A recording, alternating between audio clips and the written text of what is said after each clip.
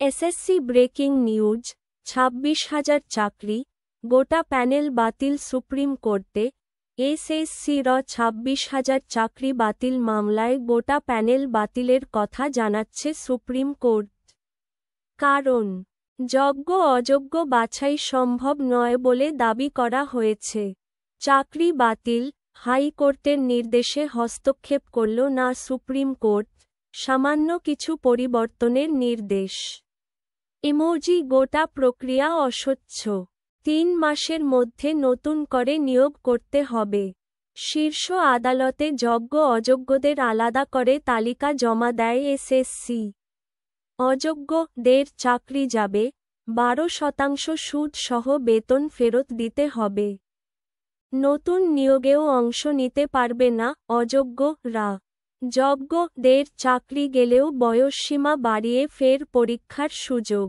যারা অন্য দপ্তরে আগে চাকরি করতেন, পুরনো চাকরি ফেরত পাবেন। ইমোজি পুরনো চাকরি ফেরত পেতে 3 মাসের মধ্যে আবেদন। বিশেষ চাহিদা সম্পন্নদের চাকরি গেলেও বেতন বন্ধ হবে না। ইমোজি নতুন নিয়োগ প্রক্রিয়া সম্পন্ন হওয়া অবধি বেতন পাবেন বিশেষ চাহিদা সম্পন্নরা। চাকরি থাকছে ক্যান্সার আক্রান্ত সোমা দাসের।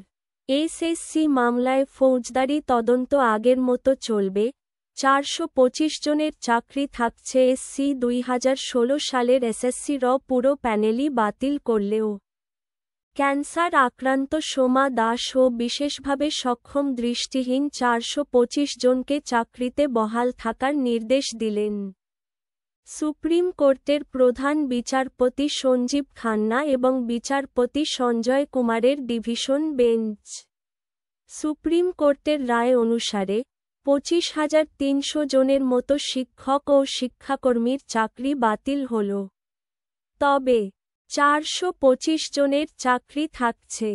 2016 সালে চাকরি পাওয়া দৃষ্টিহীন 18 জনের চাকরিও বাতিল হয়েছে।